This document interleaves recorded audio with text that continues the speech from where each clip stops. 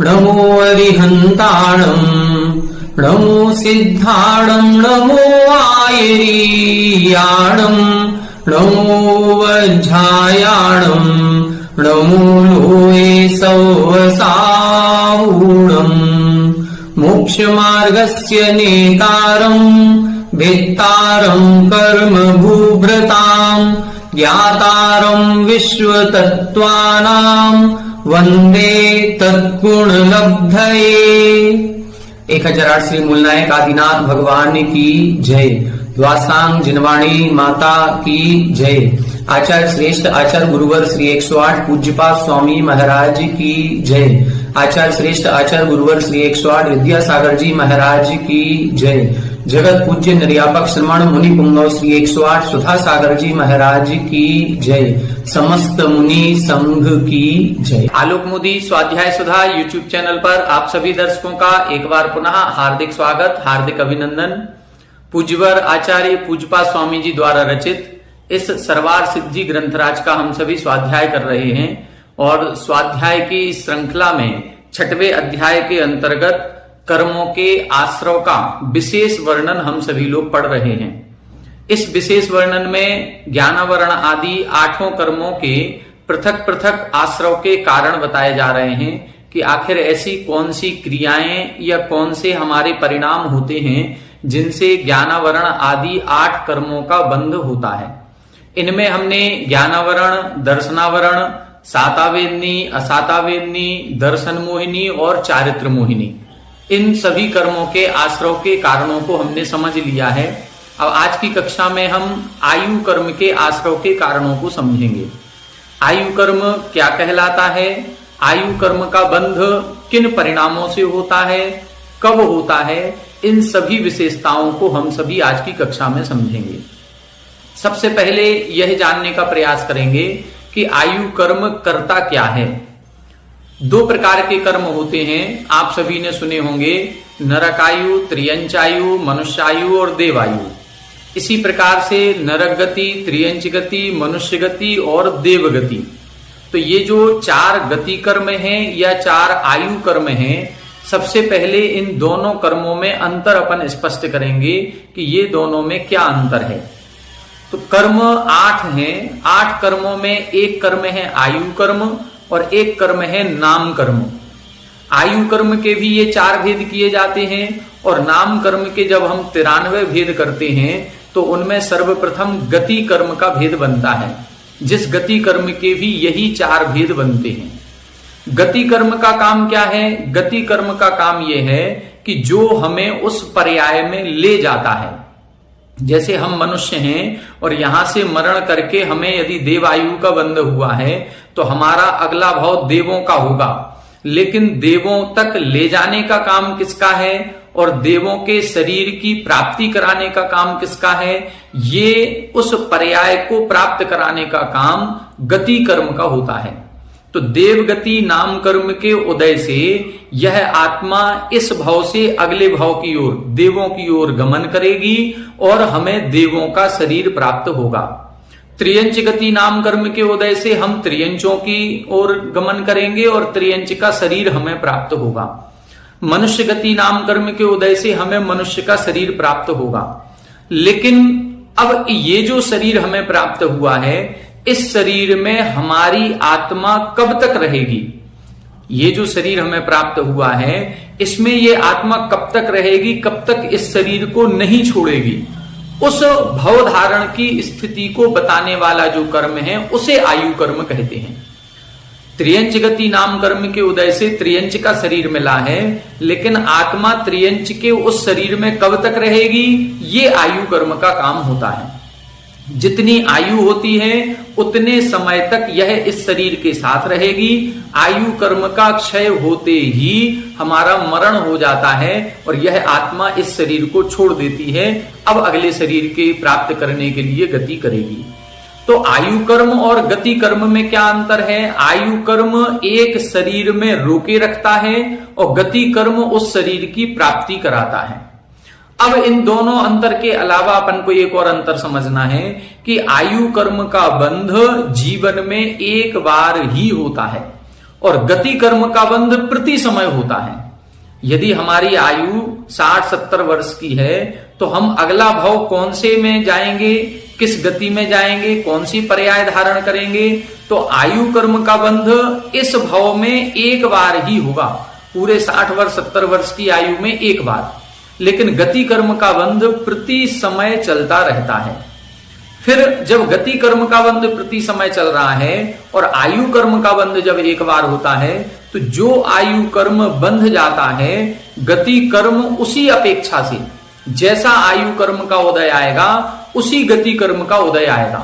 तो बाकी की 3 गतियों का क्या होगा? जैसे मान लो हमने पूर्व भाव में मनुष्य आयु का बंध किया था, तो इस भाव में हमें मनुष्य आयु का उदय चल रहा है, लेकिन पूर्व भाव में हमने चारों गति बांधी होंगी, कभी अच्छे परिणाम रहे होंगे, कभी बुरे परिणाम रहे होंगे, तो गति बंध तो प्रति समय चलता है और प्रति समय चलने के कारण से हमने चारों गतियों का बंध किया था। तो इस भाव में कौन सी गति कर्म का उदय होगा? जिस आयु कर्म का उदय होगा उसी गति कर्म का उदय होगा। यदि मनुष्य आयु कर्म का उदय है तो हमारे मनुष्य गति नाम कर्म का ही उदय चलेगा। बाकी 3 का क्या होगा? बाकी 3 संक्रमित होकर के मनुष्य रूप ही उदय में आएंगे।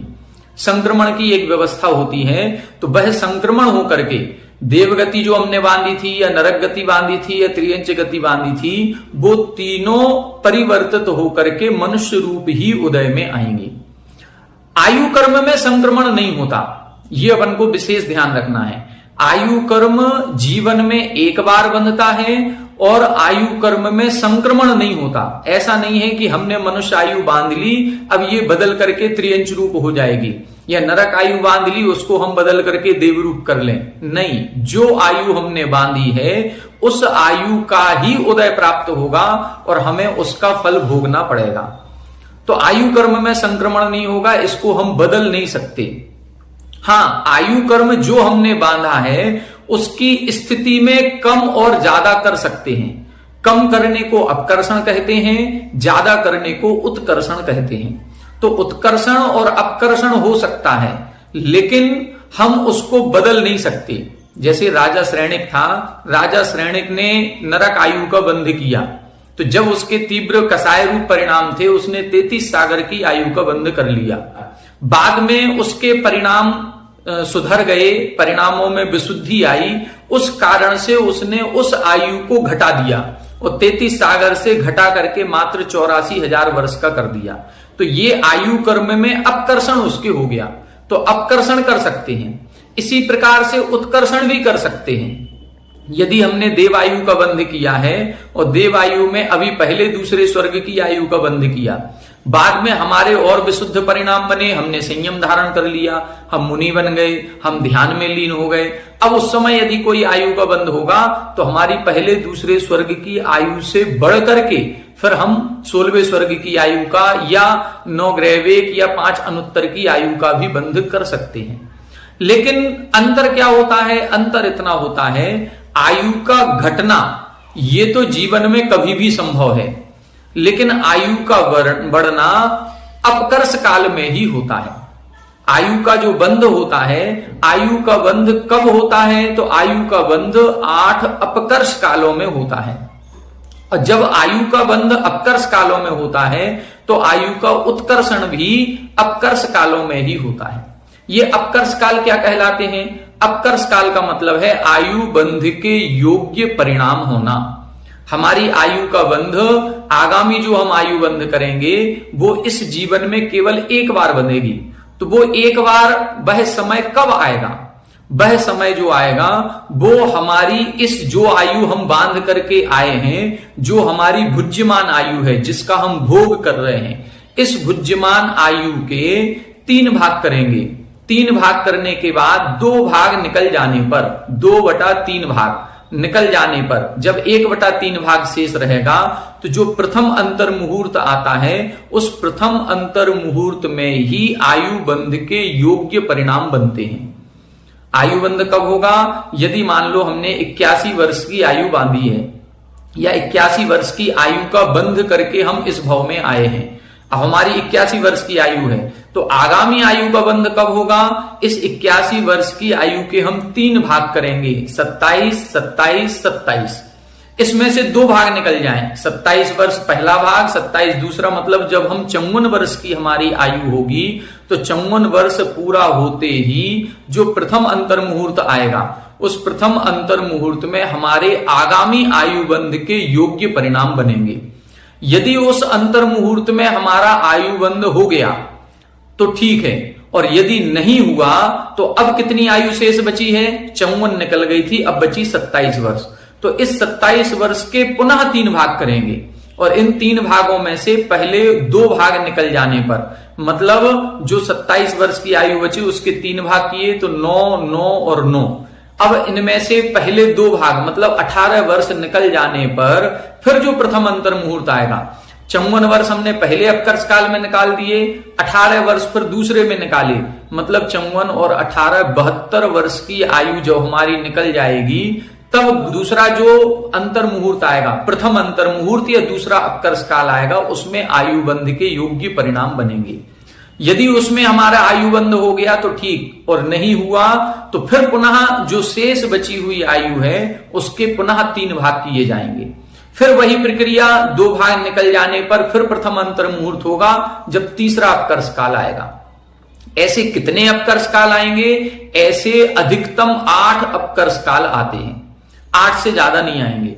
यदि इन 8 अपकर्ष कालों में आयु बंध हो गया तो ठीक, यदि नहीं हुआ तो मरण के अंतर मुहूर्त पहले आयु बंध होता ही होता है।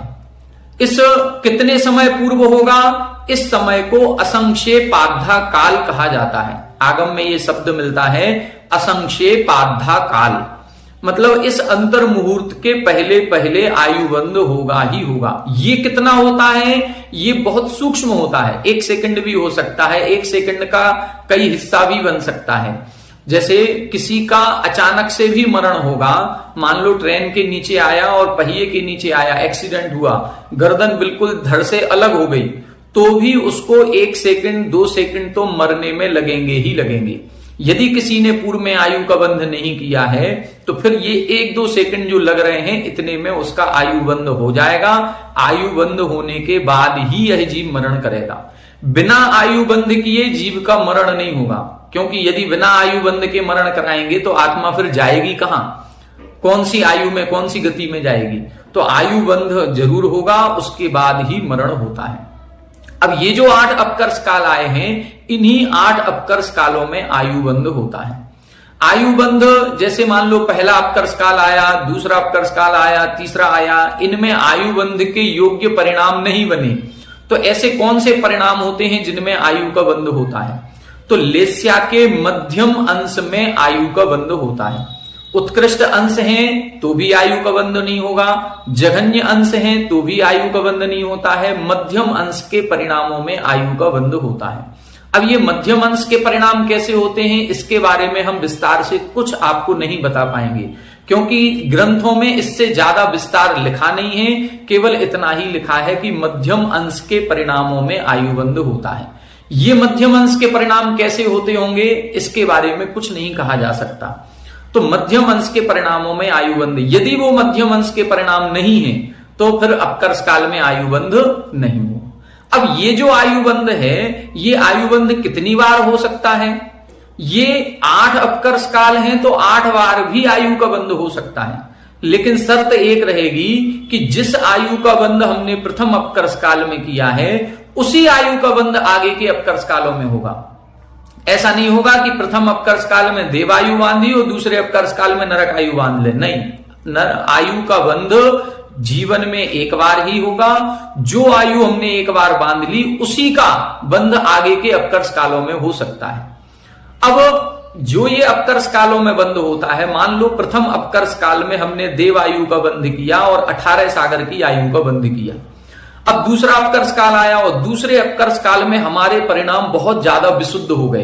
तो विशुद्ध होने पर अब हमारे फिर से हमने देवायु का बंध के योग्य परिणाम बन गए और देवायु का बंध किया। अब हमने 22 सागर की आयु का बंध किया, तो अब जो हमें आगामी आयु मिलेगी वो 22 सागर की मिलेगी। इन 8 अपकर्ष कालों में यदि हम एक ही आयु को 8 बार बांधते हैं तो सर्वाधिक आयु जो रहेगी उस सर्वाधिक आयु में हम जाएंगे। इसको बोलते हैं उत्कर्षण होना।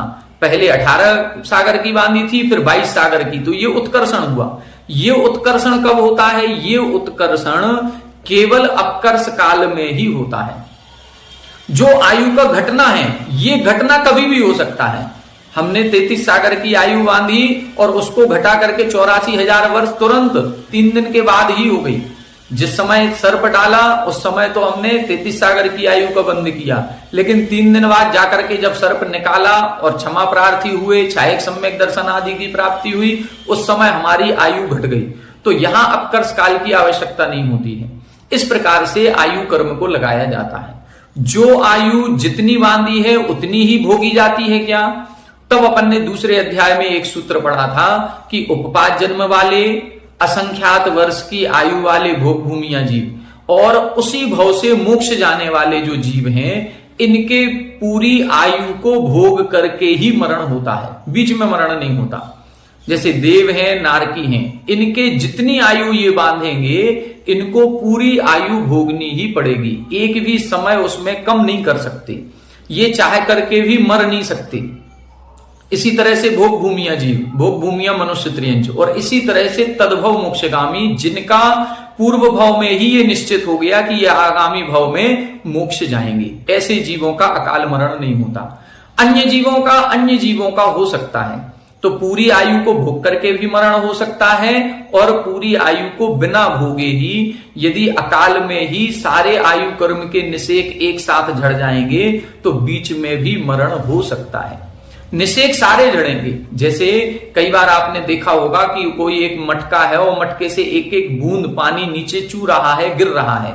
वो एक एक बूंद यदि गिरेगा तो हो सकता है वो 12 घंटे में खाली होगा, लेकिन यदि कोई एक पत्थर मार दे उसमें और मटका फूट जाए तो सारा पानी एक साथ बह जाता है। इसी प्रकार से आयु कर्म में है, आयु कर्म के एक एक निषेक यदि झड़ेंगे तो हम 80 वर्ष तक जिएंगे, लेकिन यदि कहीं बीच में कोई एक्सीडेंट हो गया, कहीं कोई और अन्य कोई कारण मिल जाते हैं, तो उस अन्य कारण के मिलने पर वो आयु के कर्म निषेक एक साथ भी संपूर्ण खिर सकते हैं। इस प्रकार से आयु कर्म का भोग पूरी आयु को भोग करके भी हो सकता है और मध्य में भी हो सकता है।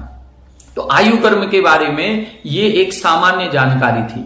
अब कौन सी आयु का बंध किन परिणामों से होता है, इसको अपन आज की टीका में विशेष रूप से पढ़ेंगे। पेज नंबर 256, उत्थानिका 637, सूत्र नंबर 15। निर्दिष्टो मोहिनीयस्य आश्रव भेदः, जो मोहिनी कर्म के आश्रव भेद थे उनका निर्देश कर दिया। अब इदानीम तदनंतर निर्दिष्टस्य आयुषः आश्रव हेतु वक्तव्ये। अब इसके बाद किसका उद्देश्य प्राप्त है? पहले ज्ञानावरण, दर्शनावरण, वेदनी, मोहिनी, आयु, नाम, गोत्र, अंतराय, ये क्रम रखा गया।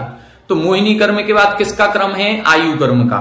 तो उस आयु कर्म के आश्रव हेतु वक्तव्य, आश्रव के कारण के वक्तव्य में आद्यस्य नियत काल परिपाकस्य आयुषः कारण प्रदर्शनार्थम उच्यते। 4 प्रकार की आयु हैं। इन 4 प्रकार की आयु में सबसे पहले कौन सी आयु का आश्रव के कारण बताएंगे? जिसका नियत काल परिपाकस्य, जिसका निश्चित समय के लिए फल प्राप्त होता है। तो निश्चित समय के लिए फल प्राप्त किस किस में होता है? उपपात जन्म वालों में, देवों में और नारकियों में। तो सबसे पहले नारकियों की आयु का वर्णन करेंगे कि नरक आयु का आश्रव किन परिणामों से होता है। आइए सूत्र देखें, सूत्र नंबर 15। बहवारंभ परिग्रहत्वम नारकस्यायुषः, बहवारंभ परिग्रहत्वम नारकस्यायुषः। यहां बता रहे हैं बहु आरंभ परिग्रहत्वम, बहु शब्द दोनों में लगाएंगे। बहु आरंभ बहु परिग्रहत्वम नारकस्य आयुषः, बहुत आरंभ करना और बहुत परिग्रह रखने से नारकस्य आयुषः, नरक आयु का बंध होता है। तो नरक आयु के बंध के 2 मुख्य कारण इधर बताए हैं, बहुत आरंभ और बहुत परिग्रह। अब ये आरंभ क्या कहलाता है और परिग्रह क्या कहलाता है, इसकी परिभाषा अपन टीका में पढ़ेंगे। 638। आरंभः प्राणी पीड़ा हेतु व्यापारः। आरंभ की परिभाषा देखें, बहुत छोटी परिभाषा है और सटीक परिभाषा है।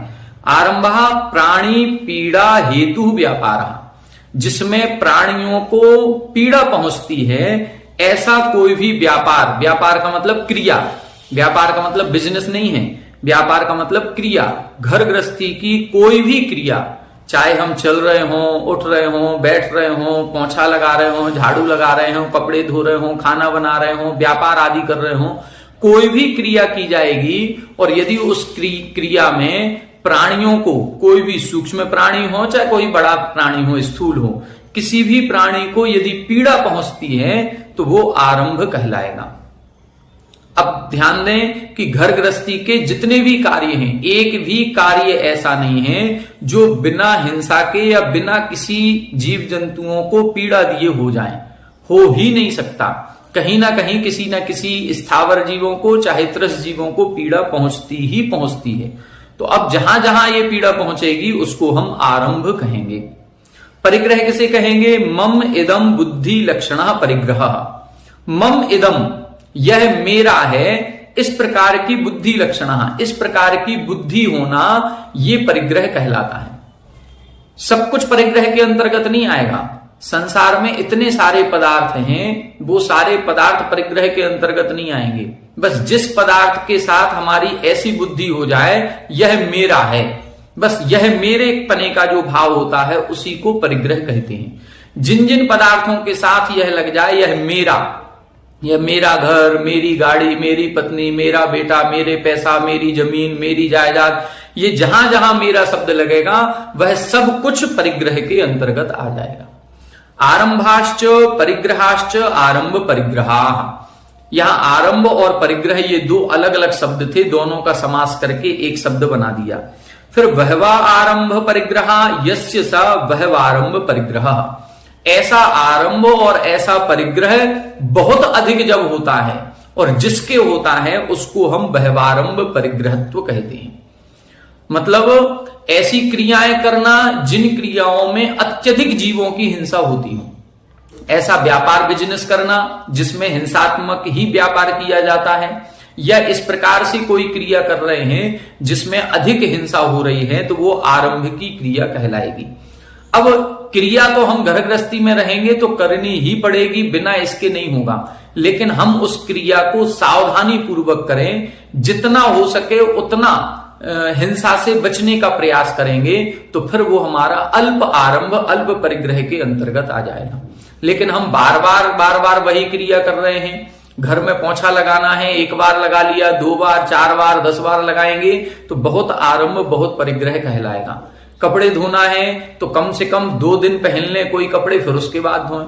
लेकिन कई लोग हैं आज एक बार अपने शरीर पर डाली और बस दूसरी बार अब धुलेगी वो, बिना धुले हम वो शर्ट अब दोबारा नहीं पहनेंगे, तो ये क्या कहलाएगा? बहुत आरंभ के अंतर्गत आ जाएगा। तो कई सारी ऐसी क्रियाएं हैं जो बहुत आरंभ के अंतर्गत आती हैं। तस्य भावो बहवारंभ परिग्रहत्वम। इन सभी का जो भाव है उस भाव को बोलते हैं त्वा। त्वा शब्द जो लगा दिया जाता है वो भाववाची होता है। तो तस्य भाव, उस आरंभ और परिग्रह पने का जो भाव होता है उस भाव को बहवारंभ परिग्रहत्व कहते हैं। कोई व्यक्ति गरीब है, उसके पास कोई ज्यादा मकान नहीं है, जमीन नहीं है, पैसा नहीं है, फिर भी लालसा बहुत है, ऐसा लगता है कि ये जो पड़ोसी है उस पड़ोसी से ऊंचा मकान हमारा होना चाहिए। अब है कुछ भी नहीं, फिर भी उसके मन में यदि ये भाव आ रहा है तो उसके भी परिग्रह पने का दोष लगेगा। वो लगेगा, भले नहीं है तो भी, क्योंकि उसके मन में ये भाव आ रहा है। इसलिए हिंसादि क्रूर कर्म अजस्र प्रवर्तन परस्व हरण विषयाति गृद्धि कृष्ण लेस्याभिजात रौद्र ध्यान मरण कालतादि लक्षणों नारकस्य आयुषा आश्रवो भवति। यहां पर बता रहे हैं ये तो मुख्य रूप से 2 कारण बताए, बहुत आरंभ और बहुत परिग्रह बना। इसके अलावा अन्य भी बहुत सारे कारण हैं जो नरक आयु का बंध कराते हैं। अब वो कौन कौन से कारण हैं? हिंसादि क्रूर कर्म अजस्र प्रवर्तनम। हिंसादि क्रूर कर्म, जो हिंसा आदि 5 पाप हैं, 5 पापों की बात करेंगे, केवल हिंसा की नहीं, झूठ में भी, चोरी में भी, कुशील में भी और परिग्रह में भी। इन सभी 5 पापों में जो क्रूर कर्म हैं, मतलब दुष्ट क्रियाएं हैं, ऐसी क्रियाओं में अजस्र प्रवर्तनम। अजस्र का मतलब निरंतर प्रवृत्ति करना, बार बार हिंसात्मक कार्य करना, बार बार झूठ बोलना।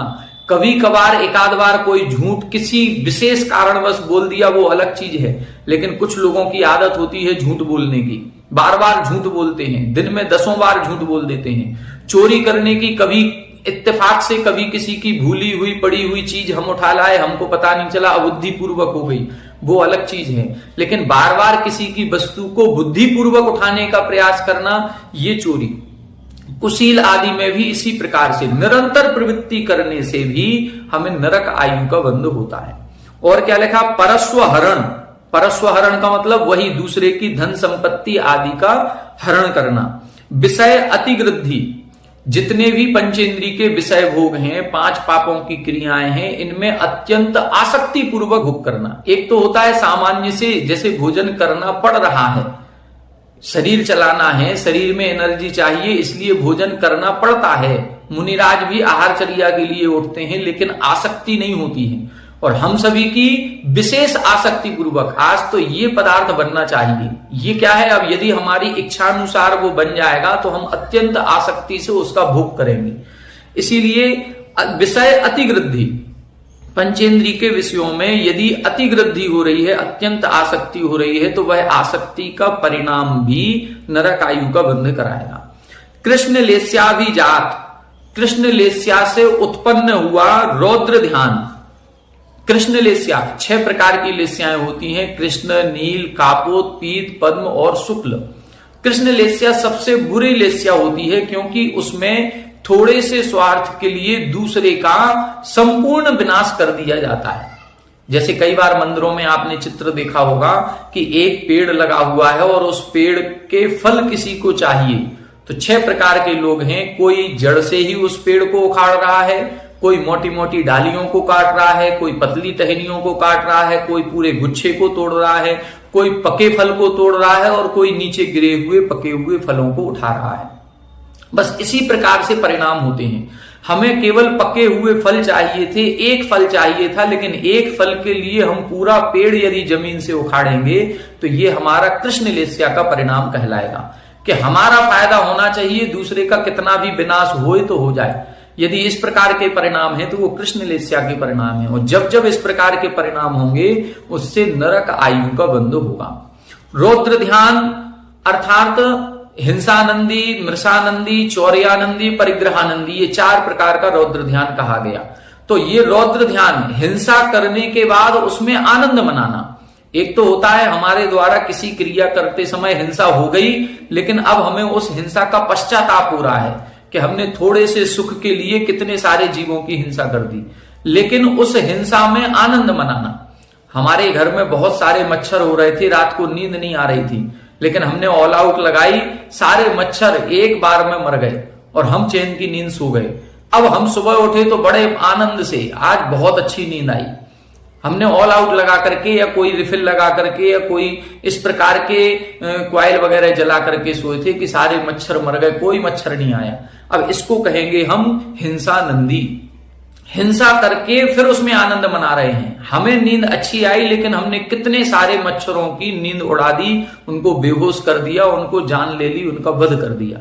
तो ये हिंसा नंदी। इस प्रकार से यदि हम 5 पापों को करने के बाद उसमें आनंद की प्राप्ति करते हैं, आनंद का भाव लाते हैं, प्रसन्नता लाते हैं, खुश होते हैं, तो ये सब कृष्ण लेस्या के और रौद्र ध्यान के परिणाम कहलाएंगे।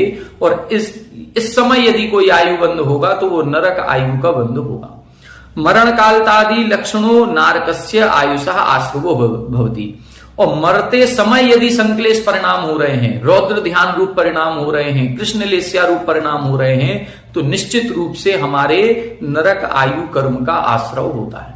तो ये सारी जितनी भी क्रियाएं बताई हैं, ये सभी नरक आयु कर्म के आश्रव के कारण जानने चाहिए। अब हम सोचें अपने अपने बारे में कि हमारे इस प्रकार के परिणाम होते हैं कि नहीं होते हैं। यदि हो रहे हैं तो अभी भी हम समझ जाएं, क्योंकि यदि आयु का बंध नहीं हुआ होगा तो फिर हम बच सकते हैं नरक में जाने से, क्योंकि आयु का बंध एक बार ही होता है। यदि प्रथम अपकर्ष काल निकल गया है और आयु का बंध नहीं हुआ, या अभी प्रथम अपकर्ष काल भी नहीं आया, मान लो हम 80 वर्ष की आयु लेकर के 81 वर्ष की आयु लेकर के आए हैं और 54 वर्ष में प्रथम अपकर्ष काल आएगा, और यदि हम अभी 40, 42, 45, 50 वर्ष के हैं तो समझ लो अभी अपकर्ष काल हमारा नहीं आया। और यदि हम 50 के हो गए हैं तो ये मान करके चलें कि अब आने वाले हैं। क्योंकि जितने अपकर्ष काल होंगे, आज वर्तमान में पंचम काल में 80-90 वर्ष की ही आयु है, बल्कि अब तो दिन प्रतिदिन कम होती जा रही है। 80 वर्ष भी आयु यदि कोई जी जाए तो बहुत बड़ी बात है। जो पुराने लोग थे जिन्होंने शुद्ध घी खाया है वो तो जी रहे हैं, लेकिन आज वर्तमान में जो हम हर चीज अशुद्ध प्रयोग कर रहे हैं वो 50-60 साल में ही उनको अटैक आ रहे हैं, 40-45 की उम्र में ही प्राण उनके जा रहे हैं। तो यदि उनके जा रहे हैं तो कहीं ना कहीं पहले वो आयु बंद करेंगे ही करेंगे। तो अब आयु बंद किस समय होगा ये हम डिसाइड नहीं कर पाएंगे कि किस समय हमारे आयु का बंद होगा, क्योंकि हमें नहीं पता कि हम कितनी आयु बांध करके आए हैं। हो सकता है हम 60 वर्ष की आयु बांध करके ही आए हों तो 40 वर्ष में आयु कर्म का बंद हो जाएगा। हो सकता है हम 40 वर्ष ही आयु बंद करके आए होंगे तो मुश्किल से 26-27 वर्ष में ही उसका अपकर्ष काल, प्रथम अपकर्ष काल आ जाएगा। तो हमें जब ये ज्ञात नहीं है कि हम कितनी आयु लेकर के आए तो हम उसका अपकर्ष काल का समय भी नहीं निकाल पाएंगे। इससे अच्छा है कि हम वो अपकर्ष काल का समय निकालें, इससे अच्छा कि हम प्रति समय अपने परिणामों को निर्मल रखें, विशुद्ध रखें। पता नहीं किस समय आयु कर्म का बंद हो जाए। तो इन 5 पापों से दूर रहें, हिंसात्मक क्रूर प्रवृत्ति से दूर रहें, इनकी आसक्ति पूर्वक विषय भोगों को ना भोगें, रौद्र ध्यान, आर्त ध्यान से बचने का प्रयास करें। यदि ये क्रियाएं हमारी होंगी तो नरक आयु का बंद नहीं होगा। एक सूत्र और देखें, 639। आह उक्तो नारकस्य आयुषः आश्रवः तैर्यज्ञोनस्य इदानीं वक्तव्य इति यत्र उच्यते। नरक आयु के आश्रव के कारण बता दिए, अब त्रियंच आयु के आश्रव के कारण कौन से हैं अब ये आगे के सूत्र में बता रहे हैं। सूत्र देखें, माया तैर्यज्ञोनस्य, माया तैर्यज्ञोनस्य, यहां बता रहे हैं तैर्यज्ञोनस्य मतलब त्रियंच योनि के जो आश्रव का कारण है वो मुख्य है माया, अर्थात मायाचारी करना, छल कपट करना, धोखा देना, झूठ बोलना, ये सारी क्रियाएं जो होती हैं ये त्रियंच आयु के बंध का कारण होती हैं। 640। चारित्र मोह कर्म विशेषस्य उदयात आविर्भूत आत्मनः कुटिल भावो माया निकृति तैर्यज्ञोनस्य आयुष आश्रवो वेदितव्यः। यहां बता रहे हैं चारित्र मोह कर्म विशेषस्य, जो अभी अपन चारित्र मोहिनी कर्म पढ़ करके आए उसके आश्रव के कारण, तो चारित्र मोहिनी कर्म के उदय में जो विशेष मायाचारी रूप परिणाम बनते हैं, किसी को धोखा देने रूप या छल कपट करने रूप परिणाम बनते हैं, चाहे वो अनंतानुबंधी हो, चाहे अप्रत्याख्यान, प्रत्याख्यान या संजुलन, इन सभी मायाचारी के कुटिल भावों से, आत्मना कुटिल भावो, जो आत्मा के अंदर खोटा परिणाम उत्पन्न होता है, मन में कुछ, वचन में कुछ और काय से जब कुछ करने का भाव होता है उसको हम निकृति ही कहते हैं या मायाचारी कहते हैं। इससे त्रियज्ञोनस्य आयुषः आश्रवो वेदितव्यः, इससे त्रियंच आयु के आश्रव के कारण को जानना चाहिए। तत्प्रपंचो, अब इसका और विस्तार कर रहे हैं। मिथ्यात्व उपेत धर्म देशना, निःशीलता, अति संधान प्रियता, नील कापोत लेस्या, आर्त ध्यान मरण कालतादि। जैसे नरक आयु के और भी कई सारे कारण बताए, ऐसे त्रियंच आयु के भी और अन्य कारण बता रहे हैं। मिथ्यात्व उपेत धर्म देशना, ऐसा उपदेश करना, ऐसी सलाह देना जो मिथ्यात्व से सहित है, जो मोक्ष मार्ग पर लगाने वाली नहीं है बल्कि संसार को बढ़ाने वाली है, 5 पापों में प्रवृत्ति कराने वाली है, पंचेंद्रिय के विषयों को पुष्ट करने वाली है। यदि इस प्रकार का कोई उपदेश, उपदेश का मतलब प्रवचन, अब हम सभी लोग सामान्य से प्रवचन नहीं करते हैं लेकिन सलाह सबको देते हैं, यदि इस प्रकार की कोई सलाह दी जा रही है तो उसके द्वारा हमें त्रियंच आयु का बंध होगा। निःशीलता अर्थात सील और व्रतों से रहित होना। अति संधान प्रियता, अति संधान प्रियता का मतलब बुराई करना, निंदा करना, चुगली करना, दूसरे की बुराई खोजना, ये सब कुछ अति संधान प्रियता कहलाएगी। नील कापोत लेस्या, कृष्ण लेस्या के परिणाम होंगे तो नरक आयु का बंध होगा, लेकिन नील और कापोत लेस्या के परिणाम होंगे, हम उसका संपूर्ण विनाश नहीं करेंगे, लेकिन फिर भी बहुत कुछ यदि हम किसी दूसरे का विनाश कर रहे हैं, मोटी मोटी डालियां ही पेड़ की काट दें जबकि हमें चाहिए थे कुछ पके हुए फल, तो यदि हम बहुत ज्यादा विनाश ना करके थोड़ा भी विनाश कर रहे हैं तो नील और कापोत लेस्या के परिणाम कहलाते हैं। मरते समय आर्त ध्यान के परिणाम होना। आर्त ध्यान जो अपन ने पढ़ा, इष्ट वियोग, अनिष्ट संयोग, पीड़ा चिंतन और निदान रूप परिणाम जो होते हैं उसको हम आर्त ध्यान कहते हैं। ये रौद्र ध्यान, आर्त ध्यान, इनका सबका विषय आगे 9वें अध्याय में विशेष रूप से आएगा, उसमें अपन और विस्तार से समझने का प्रयास करेंगे। तो आज की कक्षा में अपन ने 2 आयु कर्म के बंध के कारण समझे। नरक आयु कर्म का बंध कैसे होता है और त्रयंच आयु कर्म के आश्रव कैसे होते हैं, इन दोनों को अपन ने समझा। अब मनुष्यायु और देवायु कर्म का आश्रव कैसे होता है, किन परिणामों से होता है, इसको हम अगली कक्षा में समझने का प्रयास करेंगे। आज की कक्षा में इतना ही। आगे की कक्षा में अपन विशेष जहां हम जाना चाहते हैं, या तो हम देवायु में जाना चाहते हैं या फिर हम मनुष्य बनना चाहते हैं, तो इन दोनों आयु के बंध के क्या कारण होते हैं, इसको अपन आगामी कक्षा में पढ़ेंगे। आप सभी हमारे साथ बने रहें। सभी को जय जय।